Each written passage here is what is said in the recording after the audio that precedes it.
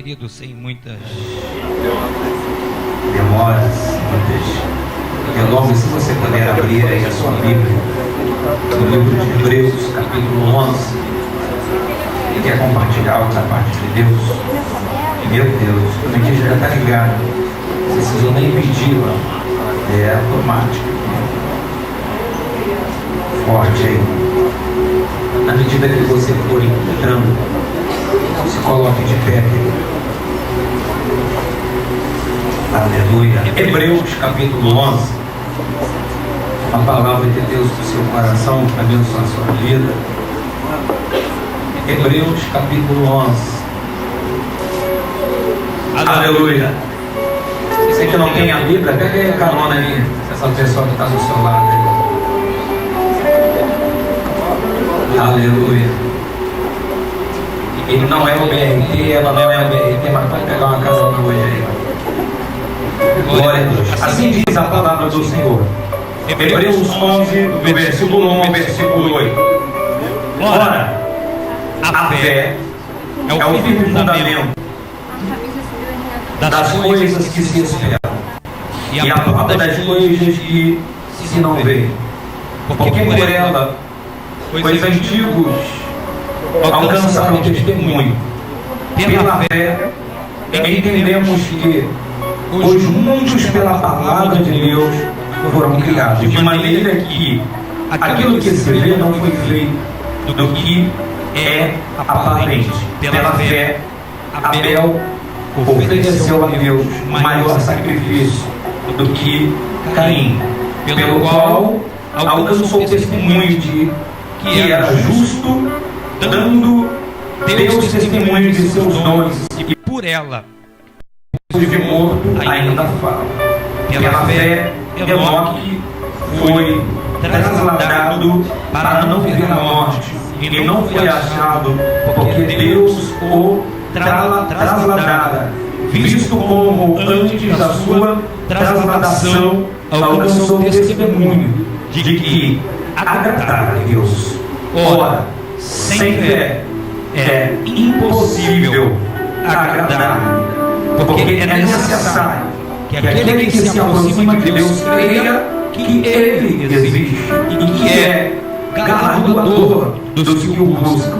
Pela fé, Noé, divinamente avisado das coisas que ainda não se viam, temeu, e para a salvação da sua família, preparou a arca, pela qual condenou o mundo e foi feito herdeiro da justiça, que é segundo a fé. E aqui começa essa leitura, versículo 8. Pela fé, Abraão, sendo chamado, obedeceu, indo para um lugar que havia de receber por herança, e saiu sem saber para onde ia. Coloca a sua Bíblia aí, querido, ao lado, segura aí na mão desse crente, como o presbítero Luciano falou aqui nessa noite. Ele veio perfumar. Dá um respiro forte. Olha aí o perfume da avó. Forte. Olha aí o perfume da natura. É que você não está lá do presbítero Sebastião, está com o perfume francês hoje. Meu Deus, não nem ouço falar isso aí que você falou, senão eu vou falar bem isso aí. Mas se ele está com aquele perfume, meu Deus, perdoa ele, porque hoje o perfume da rosa de Saron vai mudar esse lugar. Meu Deus, oremos, Senhor nosso Deus e nosso Pai, Pai amado e Pai querido, em nome de Jesus, Pai, te louvamos, eu te louvo, Senhor, pela vida desses ministros que aqui me antecederam, que só prepararam o terreno. Eu te louvo, Senhor, pelos que estão aqui, Senhor Deus, querendo aí, Senhor, ser brasas vivas tiradas do teu altar. Te louvo, Senhor, pelo ministério de louvor, que cantaram hinos aqui, Senhor, de quebrantamento. E se não tiver quebrantamento no nosso meio, tudo isso será em vão. Eu te louvo, Senhor, pela vida de cada obreiro, de cada obreira, que são importantes, que são colunas, ó Deus, dentro, meu Pai, deste tabernáculo, dentro deste templo. Porque se eles não estiverem aqui para nos ajudar, para orar por nós, ó Deus, quem fará isso? Eu também louvo ao Senhor, Pai, pela vida de cada membro, pela vida de cada pessoa que tem cooperado, tem ajudado para o crescimento desta obra, Senhor. A Bíblia vai nos ensinar com o qual Paulo plantou, Apolo regou, mas só Deus, só o Senhor pode dar crescimento. E é isso, Deus, que nós queremos, que o crescimento possa vir por Ti, que, meu Deus, a exaltação possa, meu Pai, ser direcionada por Ti. Por isso, Deus, toma nas Tuas mãos aquilo que estaremos falando, aquilo que o Senhor colocou no meu coração, que eu possa, Deus, ter assim o discernimento e a compreensão, Pai, para falar não aquilo que o homem, meu Deus, quer ouvir, mas aquilo que ele precisa ouvir. Que haja, meu Deus, avivamento, que haja, meu Deus, cura interior.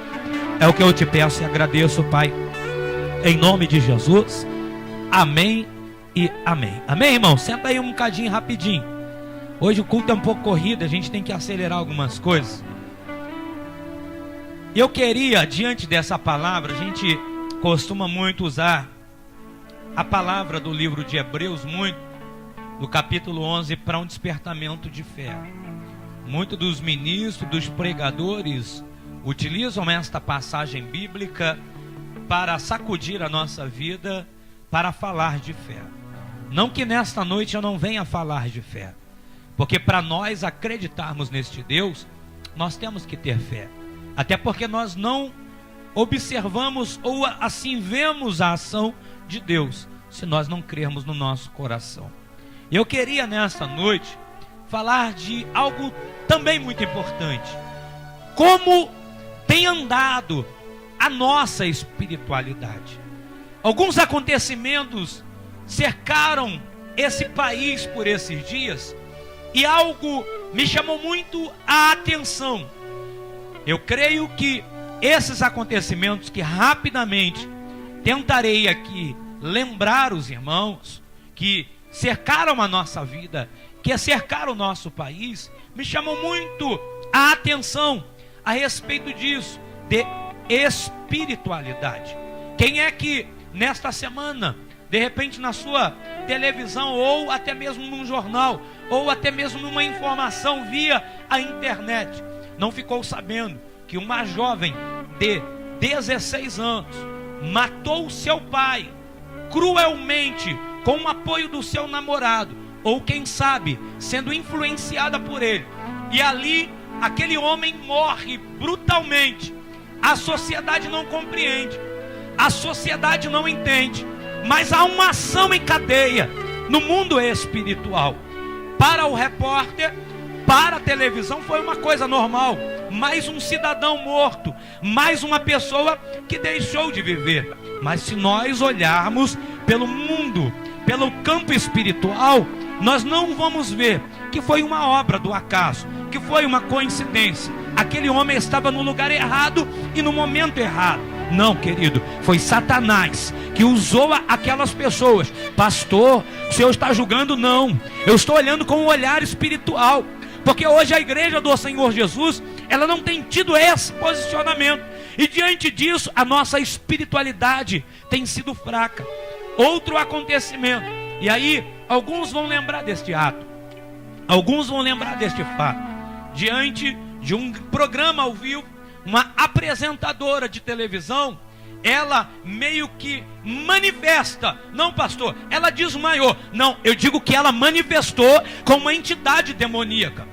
Por quê? Porque fica zombando, porque fica brincando com umas coisas que são sérias. A apresentadora meio que tentou abafar o caso, dizendo que era uma gripe, dizendo que era um resfriado, que estava há muito tempo sem alimentar. Ei, querido, de Deus não se brinca e de Deus não se zomba. Se eu e você não tomarmos uma posição diante dele, coisas deste feitio também cercam a nossa vida.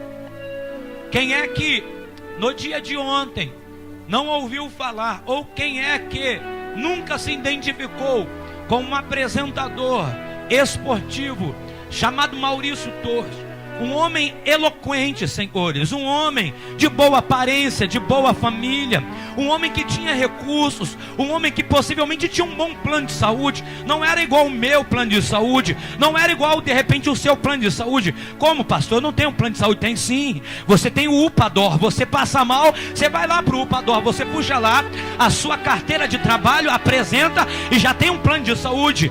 Eu sei que esse teu plano de saúde não te atende bem, eu sei que eles não te respeitam, eu sei que quando você vai lá no consultório, puxa a tua carteirinha do teu plano de saúde, tem um montão de doutor na sala reunido, jogando jogo de computador que não está nem aí para ti. É por isso, querido, que eu e você não podemos depender do governo, nós precisamos depender da ajuda divina, porque, querido, no dia de hoje até para adoecer está complicado. Mas pastor, você não fica doente? Ei, querido, eu não tenho tempo para ficar doente. Eu sinto dor no corpo, dor no joelho, dor na cabeça, mas eu não vou negar a minha adoração para o Senhor, porque Ele é maior, porque Ele é primordial na minha vida.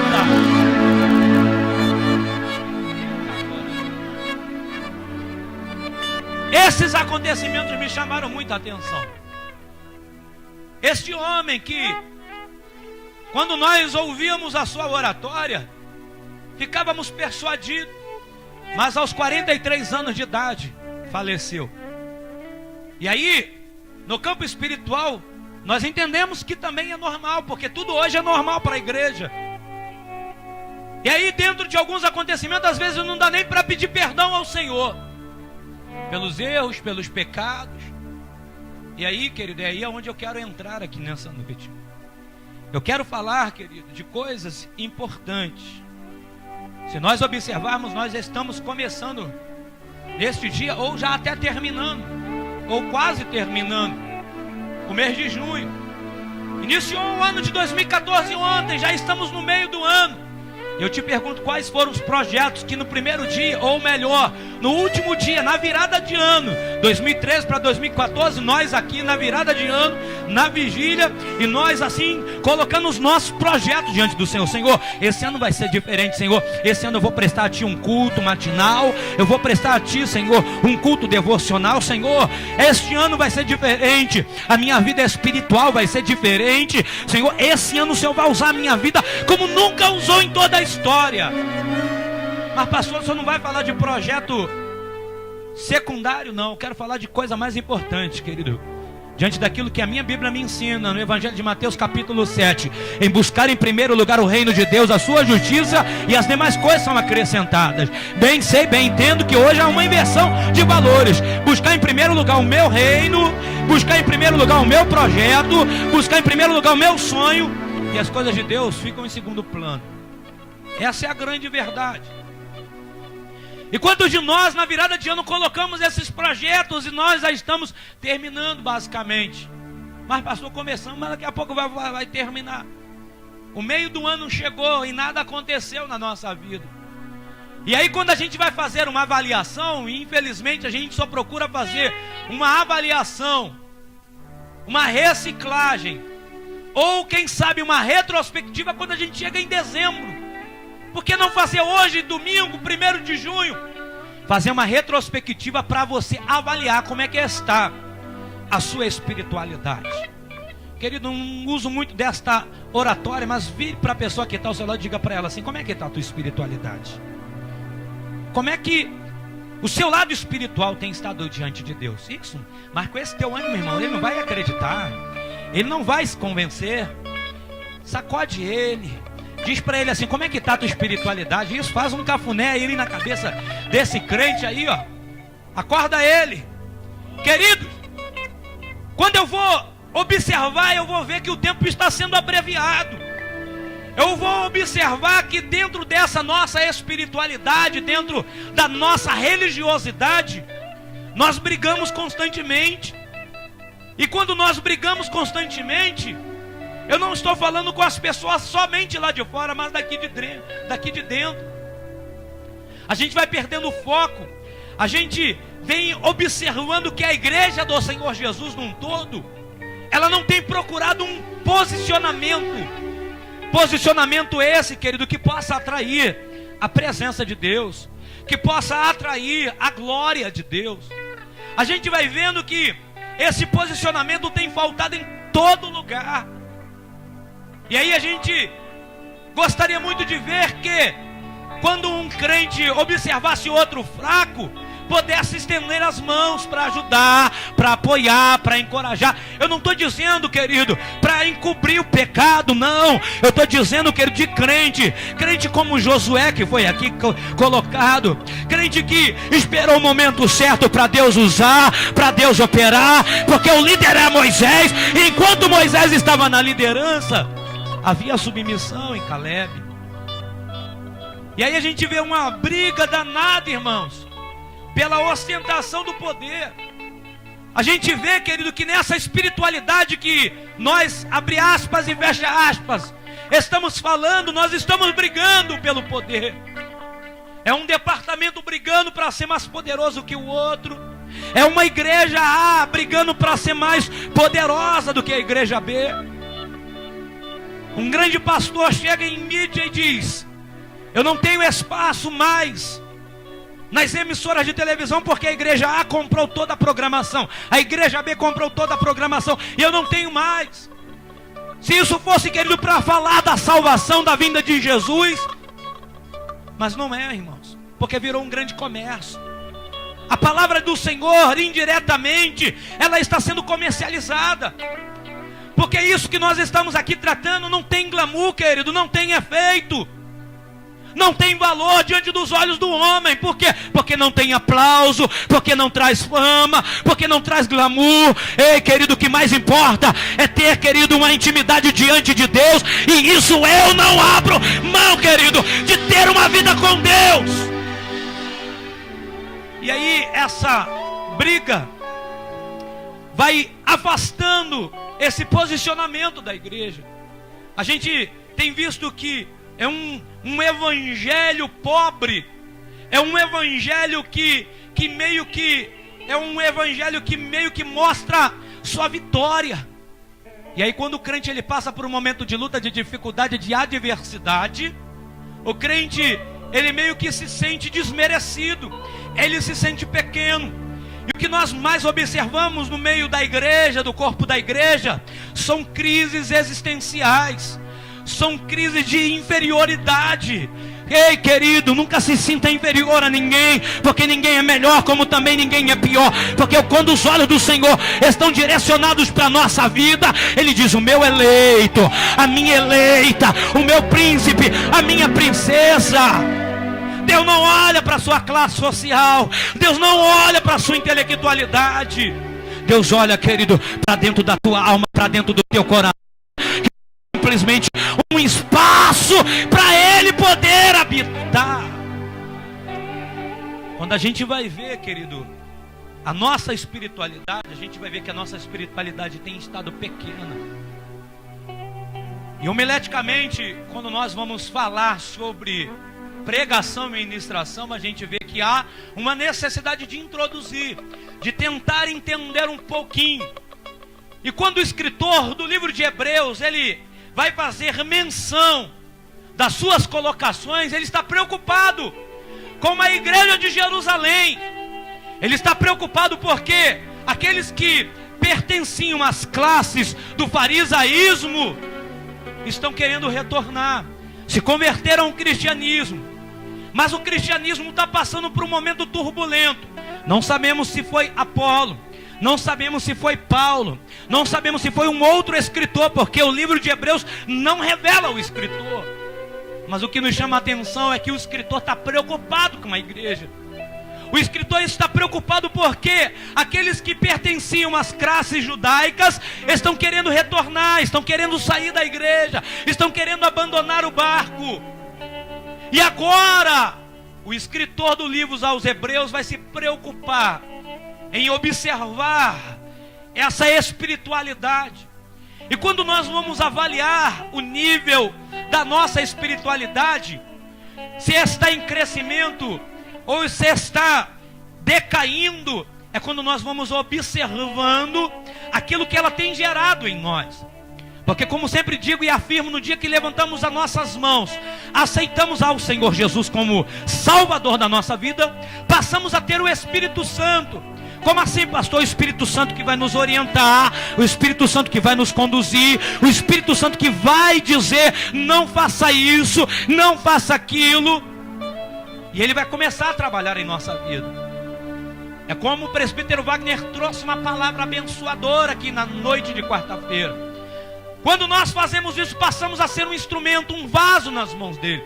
E aí ele vai trabalhar, ele vai tirar tudo aquilo que não presta, tudo aquilo que não agrada. E quando nós vamos colocar numa balança, nós vamos ver se a nossa espiritualidade tem trazido em nós gratidão. Porque nós mais observamos são pessoas ingratas. Porque, querido, aquele que peca, eu não quero aqui meio que passar a mão ou concordar com o ato do pecado do roubo. Mas aquele que rouba, ele pode tentar se justificar: roubei 1 quilo de arroz, roubei 1 quilo de feijão, porque o meu filho, a minha filha está passando fome, e devido a isso, eu precisei alimentá-los. E aí possivelmente o delegado vai observar, vai achar coerente e vai concordar com aquilo, ou vai liberar. Mas aquele, querido, que peca por ingratidão, qual é a justificativa que ele vai trazer diante de Deus? Qual é a justificativa que ele vai trazer diante, das pessoas? O que tem faltado em nós, querido, é que a nossa espiritualidade possa gerar em nós gratidão. Gratidão pela nossa liderança, gratidão pelos irmãos, gratidão pela nossa família, gratidão, querido, até mesmo pela nossa igreja.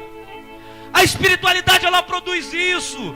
A espiritualidade nos faz ser pessoas melhores, porque o cristianismo tem que fazer isso em nós. O cristianismo tem que gerar em nós pessoas gratas. Gratas pelos amigos, gratas pelo companheiro que temos, gratas pela a companheira que temos. E aí a gente vai vendo uma igreja meio que robusta, uma igreja intocável, que muitas das vezes não é grata. E às vezes nos tornamos gananciosos. Sem que venhamos a perceber, vamos vivendo num mundo onde primeiro eu, segundo eu e terceiro eu. E não se preocupamos com as pessoas que estão ao nosso lado. Quando nós vamos avaliar a nossa espiritualidade, nós vamos ver que se o caráter de Deus está habitando em nós. Mas pastor, peraí, nós temos o nosso caráter, mas Deus pode trabalhar o teu caráter. Porque nós temos muitas das vezes usado um jargão e passamos a acreditar nesse jargão, infelizmente, nesse dito popular que é do diabo. Porque o que nós mais assim temos observado, querido, são crentes. Gabriela, me perdoe se há no nosso meio uma Gabriela, não é com você. Temos o crente Gabriela. Pastor, o que é o crente Gabriela? Me explica aí, por gentileza. Já vou te explicar. O crente Gabriela é aquele que nasceu assim, vou viver assim e vou morrer assim. E se continuar assim, infelizmente, vai pro inferno assim. Ei, nessa noite eu vim aqui como ministro de Deus e profeta para abençoar a sua vida. Jesus foi filho de carpinteiro. Jesus foi carpinteiro. Ele conhece toda a madeira. Possivelmente você está se perguntando: ah, pastor, existe madeira ruim? Existe sim, querido. Mas a madeira que foi construída a arca era a pior madeira. Mas, querido, o Senhor tem, querido, tudo nas suas mãos e enviou o carpinteiro certo para construir a arca. Eu não sei se você está entendendo. Se você, querido, der liberalidade para Ele trabalhar na tua vida, Ele vai fazer de você uma arca de Deus para você levar a presença de Deus. Jesus foi carpinteiro. Jesus conhecia todo tipo de madeira. Temos aí pessoas assim muito gabaritadas. Nosso irmão Antônio, diácono Maicon. Sabe que existem madeiras que são madeiras boas, que são madeiras ali que fazem toda uma diferença. Tem madeiras que são ruins de trabalhar, é verdade. Mas, querido, eu postei 2 coisas muito interessantes nessa semana. Querido, Jesus, Ele não usa lixeira. Ele não usa lixeira por quê, pastor? Porque ele não joga nada fora. Se a tua vida, querido, não presta para o teu irmão da direita, não presta para o teu irmão da esquerda, para Jesus presta. Porque ele tem um projeto lindo a realizar. Ei, não desanima. Não é o teu fim, o melhor está para chegar. O melhor ainda o Senhor vai fazer. Mas pastor, eu tenho 85 anos. Ei, o Senhor usou Caleb. Mas pastor, eu só tenho 6, 7 anos. Disse isso aqui nesta manhã. O Senhor usou Samuel. Mas pastor, eu tenho 16, 17 anos. Ele usou Josué, usou Davi e vai usar você. Vai usar você. Quando nós vamos ver, querido, como está a nossa espiritualidade, nós precisamos ver o Senhor trabalhar o seu caráter em nós. E quando Ele vai trabalhar o nosso caráter, vai gerar mudança.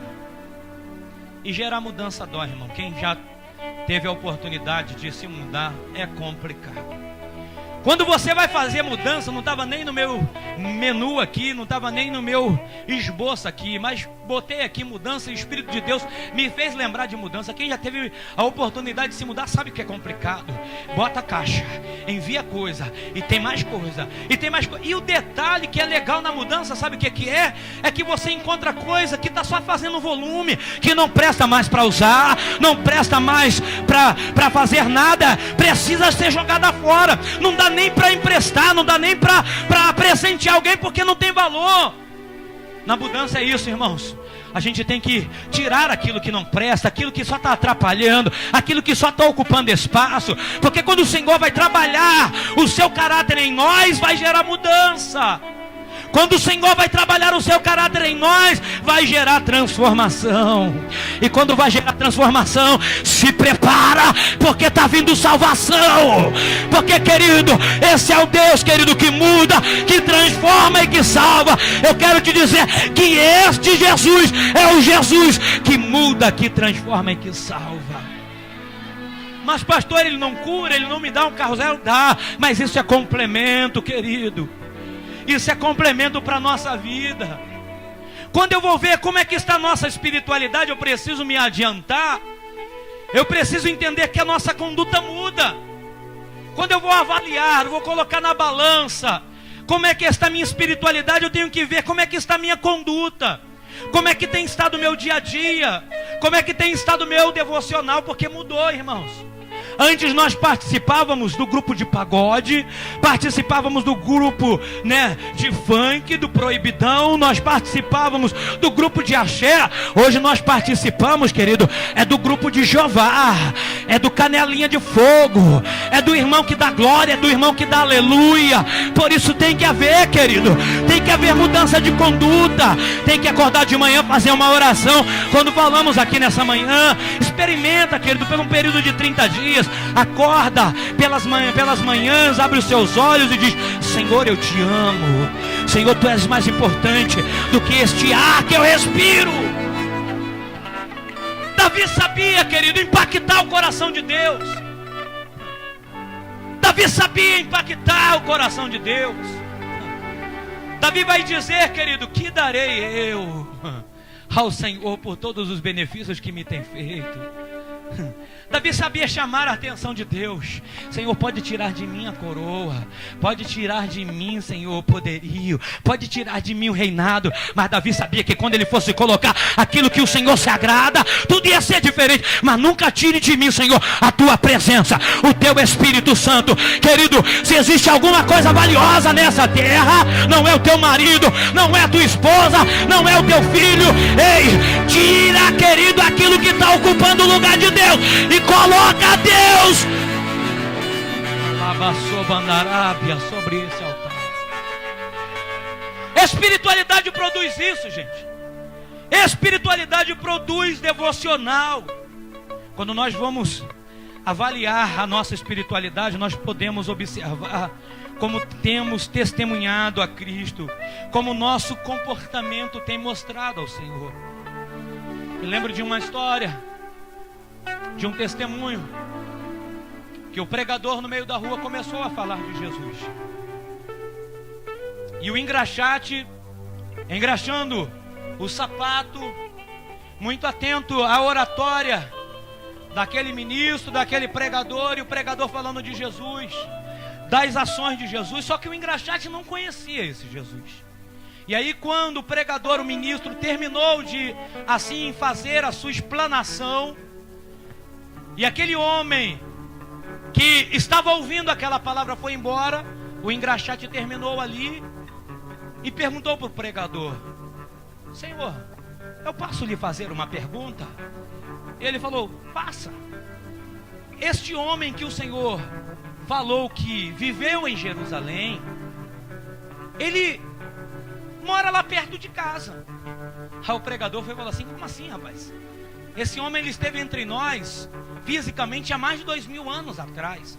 Não, eu posso convidar o Senhor, e o Senhor vai ver. O nome dele não é Jesus, o nome dele é outro, mas as ações dele são as mesmas. Ele ama, ele cuida, ele ajuda, ele compartilha, ele faz toda uma diferença. E tudo aquilo que o Senhor falou desse Jesus, parece que eu estava vendo o meu vizinho.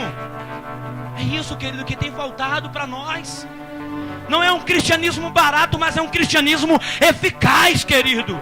Porque do que adianta a gente falar de amor se a gente não vive o amor? Do que a gente, querido, falar de cura e não viver a cura? Do que adianta a gente falar de transformação e não viver transformação? E quando eu vou ver, querido, como é que é esta minha espiritualidade, eu preciso ver se o meu foco tem sido Deus. Eu ouvi uma palavra, eu tenho certeza que os ministros aqui, por ser ávidos leitores, conhecem este pastor. Eu tenho certeza que você também, como ávido leitor, você conhece esse escritor e esse pastor. Existe um pastor americano chamado A.W. Tozer. E ele diz assim: é quase impossível, na maioria dos lugares, conseguir alguém para participar de uma reunião onde a única atração seja Deus. Tozer diz que é quase impossível reunir um grupo de pessoas cuja a única atração seja Deus. Não estou entendendo, eu já vou te explicar. Muitas das vezes a gente sai de casa para ir em um evento, para ir em um culto, mas vamos naquele culto porque o cantor fulano de tal vai estar, porque o pregador fulano de tal vai estar, porque o ministério de louvor fulano de tal vai estar. Muitas das vezes procuramos saber, querido, quem é o pregador, quem é o ministro, quem é o orador, quem é o obreiro, mas poucas são as vezes que nós vamos à casa de Deus, porque o Senhor vai estar lá. É isso, querido, que tem faltado nesta espiritualidade barata. É colocar Deus, querido, como prioridade das nossas vidas, querido. É fazer dele, querido, a atração principal. É fazer dele a atração principal. Aí hoje nós vamos à casa do Senhor por causa da irmã Doquinha. Nós vamos à igreja hoje por causa da irmã Sapatinho de Fogo. Nós vamos à igreja hoje por causa do irmão Surfista Prateado. Mas nós nunca vamos à igreja por causa do Senhor dos Senhores, por causa do Rei dos Reis, por causa do Todo-Poderoso. Ei, querido, esta é uma noite para você refletir como é que está a sua espiritualidade.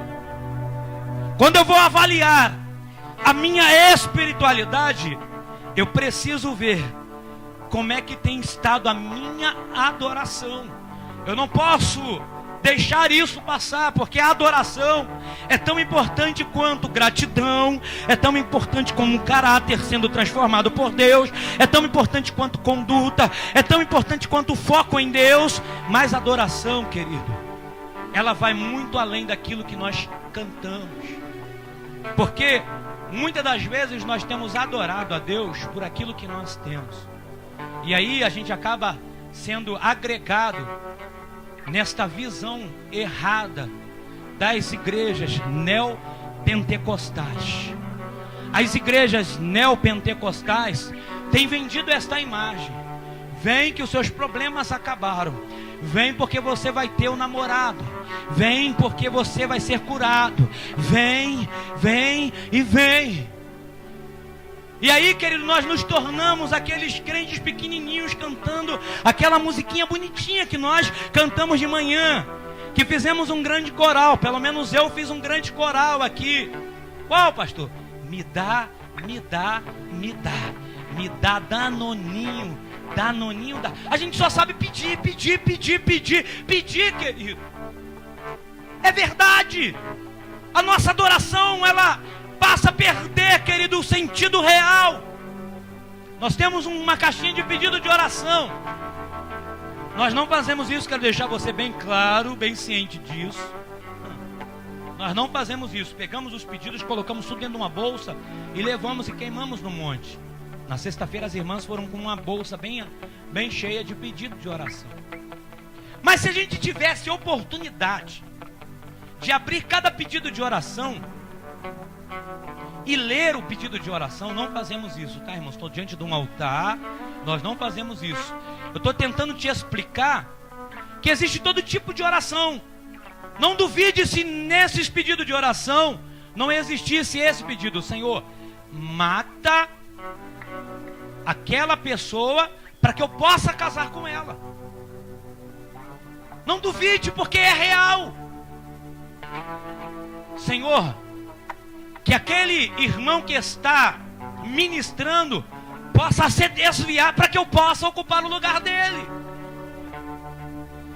É essa espiritualidade que nós estamos respirando. É este cristianismo que nós estamos vivenciando, querido. Mas eu quero te dizer o seguinte, que Deus não pode ser um meio para os meus caprichos. Deus não pode ser um meio para aquilo que eu quero. Eu quero um namorado novo, eu vou me apegar ao Senhor. Eu quero uma namorada nova, eu vou me apegar ao Senhor. Eu quero um emprego novo, eu vou me apegar ao Senhor. Eu quero, querido, uma casa nova, eu vou me apegar ao Senhor. Deus não pode ser o meio para os seus caprichos. Porque o Senhor, querido, é poderoso. Ele tem que ser o princípio de tudo. Ele tem que ser, querido, a prioridade de tudo. Porque quando nós vamos ver a história de Jó, querido, é uma das histórias mais lindas que nós vamos enxergar na Bíblia. Compreenda comigo a ação do livro de Jó. Está lá Jó, irmão, servindo a Deus, adorando a Deus, pelas madrugadas, oferecendo sacrifícios ao Senhor, pela vida de cada filho, irmão. Aí Deus, numa reunião que para nós, muitas das vezes, é uma reunião fatídica, e parece que nós estamos vendo um Deus que não tem conhecimento, que não tem entendimento de nada, porque vem à nossa mente que nós estamos servindo a um Deus que não tem olhado, que parece que Deus se esqueceu de nós. Só que Deus, querido, está no controle de tudo. Deus chega para Satanás e diz: de onde vem Satanás? Parecendo que Deus não sabia de onde Satanás estava vindo. E Satanás diz: de passear e de rodear pela terra. Aí falei isso pela manhã. Aí Deus diz assim: tens observado o meu servo Sebastião, homem reto, homem íntegro, homem temente. E detalhe, ele se desvia do mal. Aquilo ali era para paralisar Satanás. E Satanás diz assim: isso é fácil.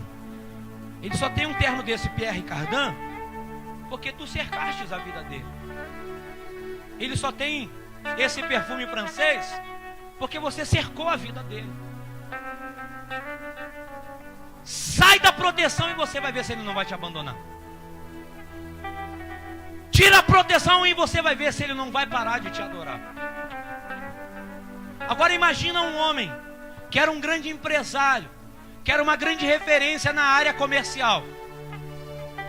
7.000 ovelhas, 3.000 camelos, 7 filhas, 3 filhos, todo um poderio vai se desfazendo. O que você faria? Seja honesto. Se a sua vida, do nada, tomasse um giro de 360 graus. Imagina, o que você faria? Eu. Qual é, Senhor? O que está havendo, Senhor? Sou um pastor de igreja, sou um pai de família, sou teu servo, eu tenho feito isso, feito aquilo. abandonando a hipocrisia e falando o real, irmão, qual atitude você teria? Qual atitude você tomaria? Sabe o que nós faríamos? Tiraríamos a nossa capa e lançaríamos fora. Falaríamos: acabou, eu não quero mais esse evangelho. É o que tem acontecido, irmãos, nos tempos que nós estamos vivendo. Por muito pouco a gente tem abandonado ao Senhor. Por muito pouco a gente tem jogado tudo fora. Só que a Bíblia vai falar, querido, que Jó soube aproveitar a oportunidade. E se existe uma coisa, querido, que o diabo não gosta, e eu vou te explicar o que é. É você se humilhar na presença do Todo-Poderoso. É você raspar a sua cabeça e mostrar a sua insignificância. Jó, querido, raspou a cabeça, colocou o pano de saco, e a minha Bíblia diz que ele aproveitou e começou a adorar a Deus. Aí você pensa que é pouco, Satanás fica enfurecido, volta lá. E o Senhor é assim, o Senhor gosta de fazer o diabo apanhar.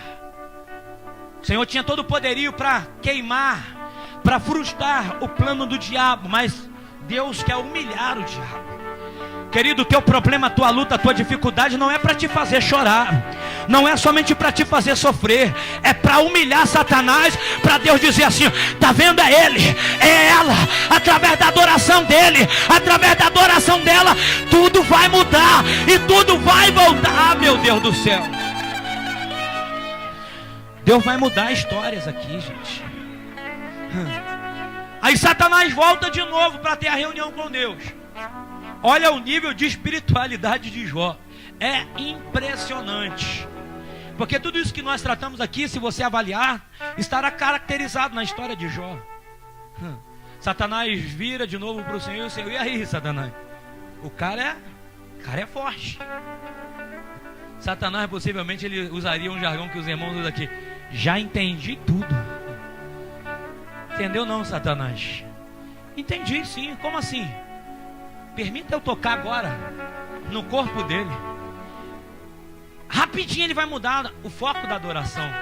Ó, Satanás, tu tem permissão para tocar no corpo dele, na carne dele, mas não na alma.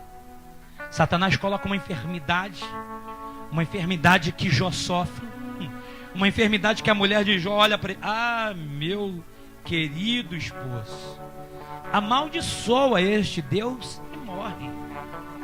O que você faria diante da pessoa que está ao seu lado? Jó continua mantendo o foco da adoração, como uma louca.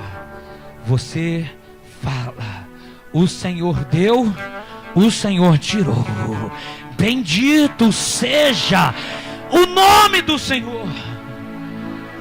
Quer ver uma declaração tremenda que muitas das vezes passa desapercebida pelos nossos olhos? Estava lendo essa semana no próprio livro de Jó, no capítulo 13, depois você pode ler em casa, no versículo 14. Jó vai falar assim: como eu? Jamais eu vou tirar, a minha vida está na mão dele. Como eu vou tirar a minha vida que está na mão dele e colocar sobre a minha responsabilidade? Não. Se eu estou enfermo, ele vai curar. Se eu estou passando por necessidade, ele vai providenciar. Se eu estou padecendo, ele vai mudar a minha história, ele vai mudar o meu quadro, ele vai mudar o meu... Ei, querido, eu não sei se tu está entendendo. A tua vida está na mão dele, deixa na mão dele, porque tu está bem seguro. Porque, querido, terrível coisa, querido, é cair, querido, na mão daquele que não tem, querido, o conhecimento pleno de Deus. Porque quando você estiver na mão de Deus, querido, tudo é tremendo. E agora, querido, que eu queria começar a pregar, eu fiz a minha introdução, mas vai ser rápido, rapidinho.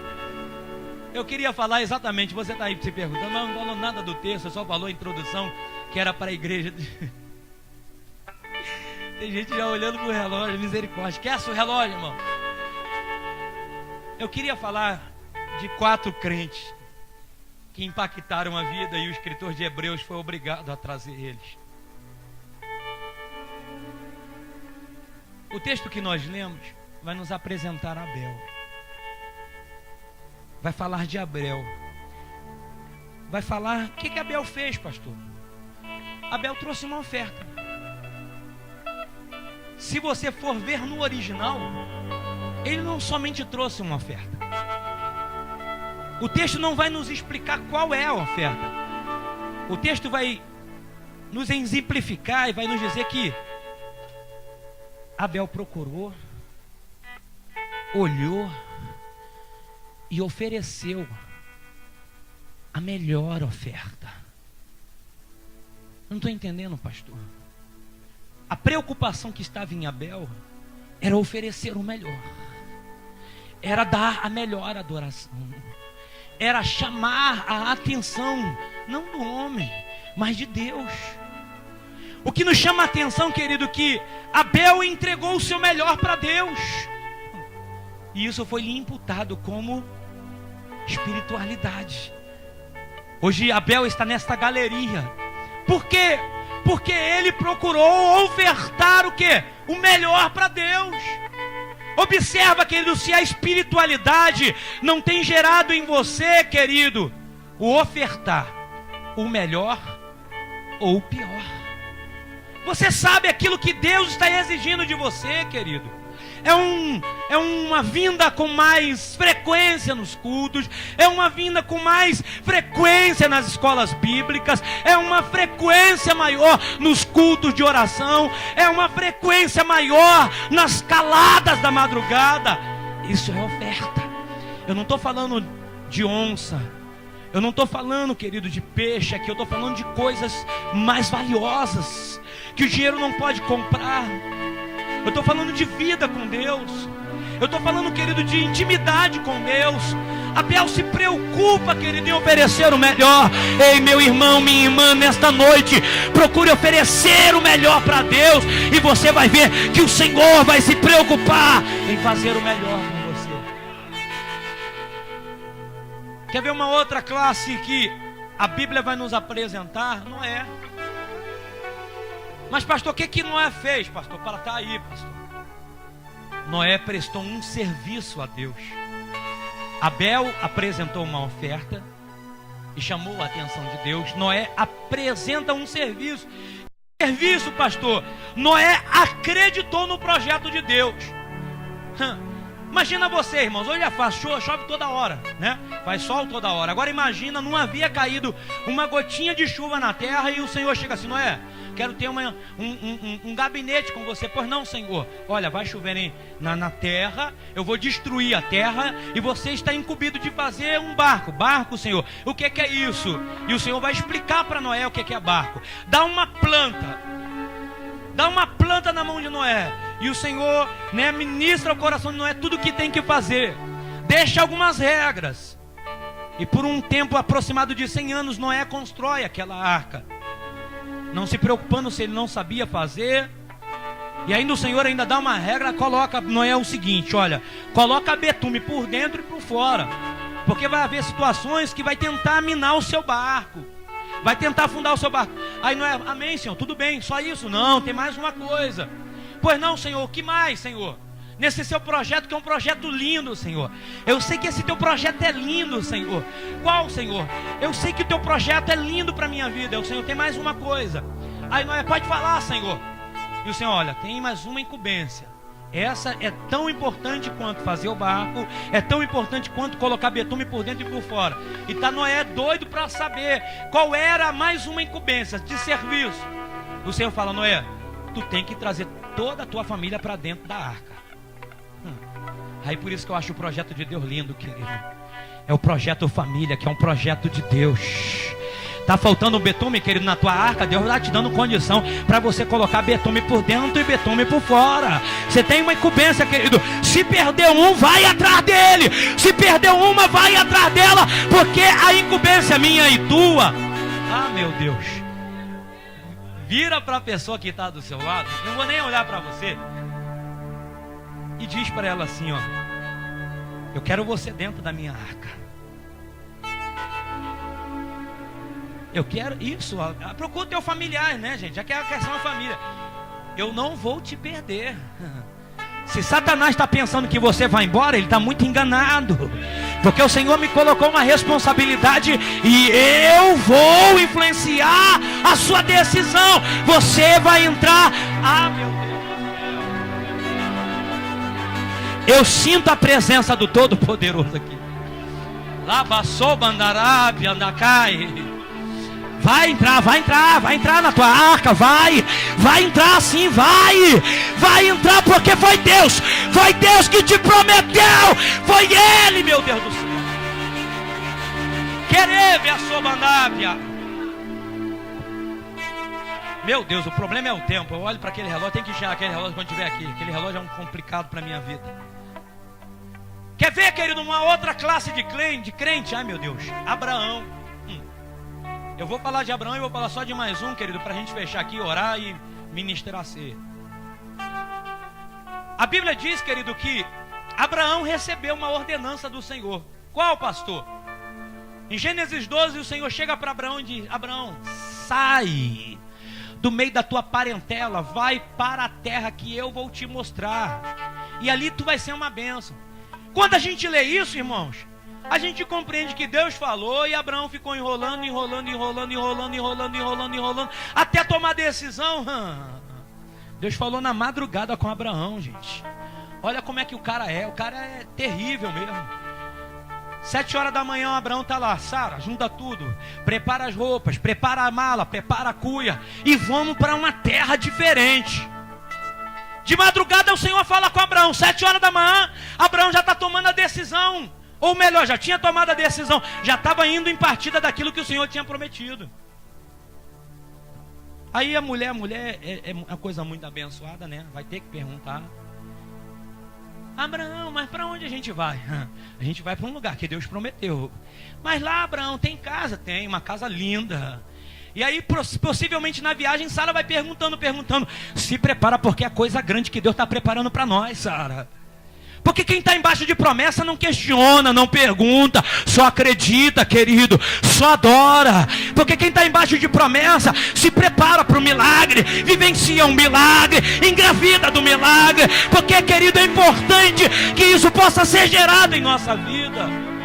Deus fala com Abraão na madrugada, às 7 horas da manhã, Abraão está tomando a decisão. E aqui, querido, eu quero fechar esta palavra para que você possa entender. Eu quero que você possa se colocar de pé. E aí a Bíblia vai falar, querido, de um homem, e eu deixei esse homem por último, porque é interessante o que Deus tem para falar ao nosso coração. Eu sinto até a presença de Deus. Enoque só entrou, querido, nessa galeria.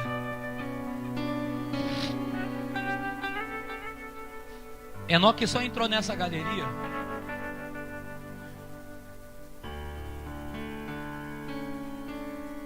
porque ele teve coragem de andar com Deus. Eu sei que muitos de nós não tem essa coragem de andar com Deus. Foi lhe imputado para estar nessa galeria porque Enoque andou com Deus. E andar com Deus traz intimidade. Andar com Deus traz a proximidade. Eu vou tentar te explicar o que é andar com Deus e o que é Deus andar conosco. Tem diferença, pastor? Andar com Deus e Deus andar com a gente? Tem. Vou tentar te explicar. Convidar aqui o presbítero Luciano para tentar te explicar. Não vou nem no corredor, que não a gente vai ficar no vento. O que é Deus andar com a gente? O presbítero Luciano é Deus. E eu vou convidar Deus para andar comigo. Ó, coloca a mão aí, mano. Ó, Deus está andando comigo. Deus está andando comigo. Deus está andando comigo. Deus está andando contigo.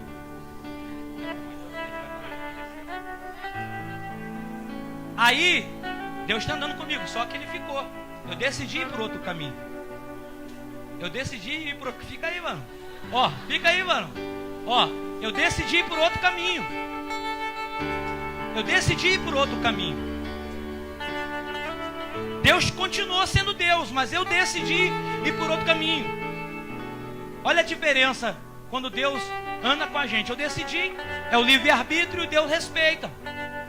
Agora, meu Deus do céu, agora vai ser forte. Olha a diferença de andar com Deus. Deus está na frente, está dando vitória.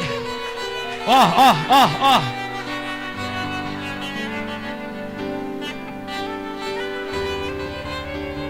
Olha só, agora é forte. Olha, você andando com Deus, não é Deus andando com você. Vai vir um gigante, meu Deus. Vem gigante, olha o problema. Olha o problema aí, olha o que Deus vai fazer, ó. Vai vir um fogo, não vai te queimar, vai vir a água, mas você não vai se molhar. Essa é a diferença, querido. Ah, meu Deus do céu, quando você, querido, tem Deus na frente. Alábia, sobandarábia. Espiritualidade é isso, querido. É andar com Deus, é sentir, querido, a presença dele constantemente, dando livramento, providenciando os recursos, entrando, querido, no teu problema, eliminando o teu gigante. Feche os seus olhos no nome de Jesus.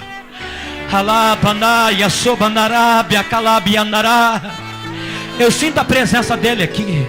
Eu sinto, querido, que você nesta noite está decidindo, querido, andar com Deus. Andar com Deus. Andar com Deus. Abra a mão, querido. Abra a mão de tudo que está te atrapalhando. Lança fora todo jugo. Lança fora todo impedimento. Deixa Deus trabalhar na tua vida. Deixa Deus agir na tua vida.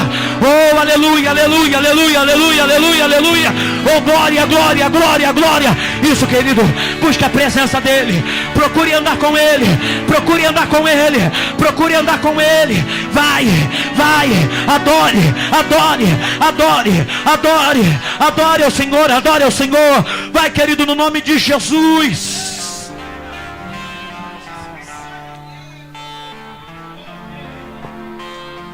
Alabanarabasobia. Ele de caia subanaramaná.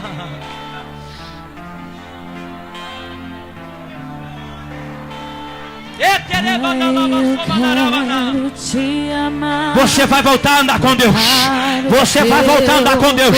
Eu sinto a presença do Todo-Poderoso aqui. Me derramar aos teus pés.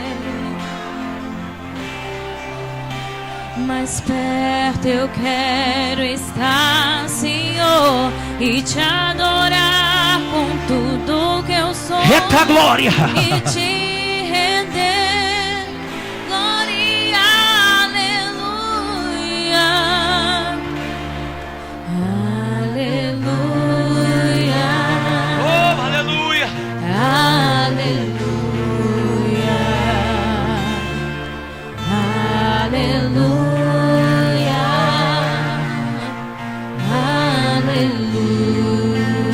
Aleluia, aleluia, aleluia, oh, aleluia. Segure, querido, na mão da pessoa que está do seu lado. Eu não vou te chamar aqui à frente, porque, querido, essa pessoa que está ao seu lado, é ela que vai entrar contigo, querido, nessa causa. É ela que vai ser o intercessor. É ela que vai ser o ajudador. Isso, querido, vai buscando a presença de Deus. Vai sentindo o agir de Deus. Me derrubar, firmado em ti eu estarei. Eita glória! Pois tu és o meu refúgio, ó Deus.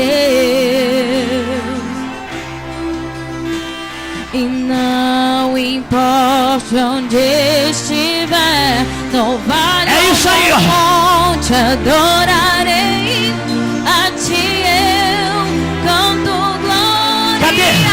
Cadê aqueles que querem andar com Deus?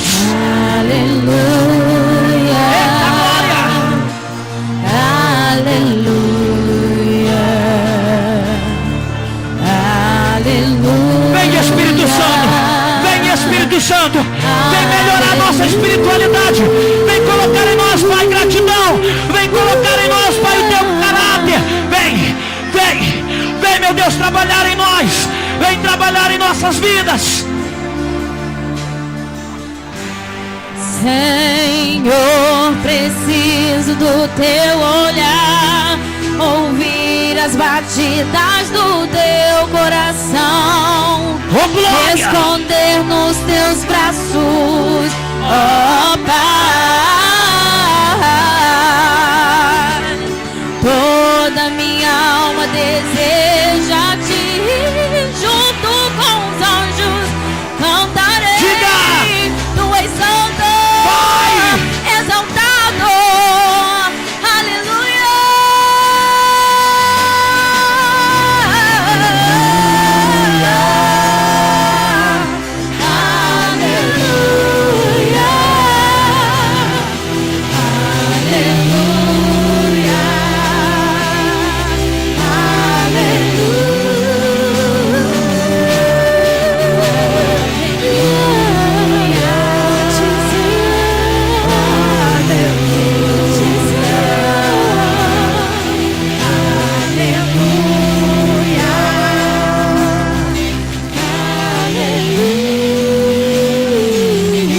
Aleluia. Isso, segure na mão da pessoa que está ao seu lado, com seus olhos fechados. Em Isaías capítulo 6, querido, a Bíblia vai nos afirmar que Isaías tem uma visão do trono de Deus. E no versículo 2, Isaías diz assim: os serafins estavam acima dele. Cada um tinha 6 asas. Com 2 cobriam o seu rosto, e com 2 cobriam seus pés, e com 2 voavam, e clamavam uns para os outros, dizendo: Santo, Santo, Santo é o Senhor dos exércitos, e toda a terra está cheia da sua glória. Escute, os serafins estavam dizendo um para os outros: Santo, Santo, Santo é o Senhor dos exércitos, e toda a terra está cheia da sua glória. Vamos repetir, querido, esta adoração dos serafins. Vamos lá. 1, 2, 3. Santo, Santo, Santo é o Senhor dos exércitos, e toda a terra está cheia da sua glória. Mais uma vez. Santo, Santo, Santo é o Senhor dos exércitos, e toda a terra está cheia da tua glória. Vai, vai, vai, vai. Sente ele aí, sente ele aí, sente ele aí, sente ele aí. Recebe renovo, recebe renovo. Oh, aleluia, oh, aleluia, oh, aleluia. Recebe, recebe renovo de Deus, recebe fortalecimento de Deus. Recebe, recebe, recebe, recebe, recebe. Oh glória, oh glória. Quem tem glória dá glória, quem tem aleluia dá aleluia, quem tem língua estranha, sente ele aí, sente ele aí. Volte, volte a sentir a presença dele, volte a sentir a graça dele. Volte, volte. Eita glória, eita caramba, subiando, subindo, camariada, larga, soba, decaia, lá, bandarabanda. Oh aleluia. Deixa acender, deixa acender. Santo, santo, santo, santo é o Senhor dos exércitos, e toda Betel, toda Betel, toda Betel está cheia da tua glória. Oh, aleluia, aleluia, aleluia, aleluia, aleluia, aleluia, aleluia, aleluia, aleluia. Santo, santo, santo é o Senhor dos exércitos, e toda Betel está cheia da sua glória. Adore, adore,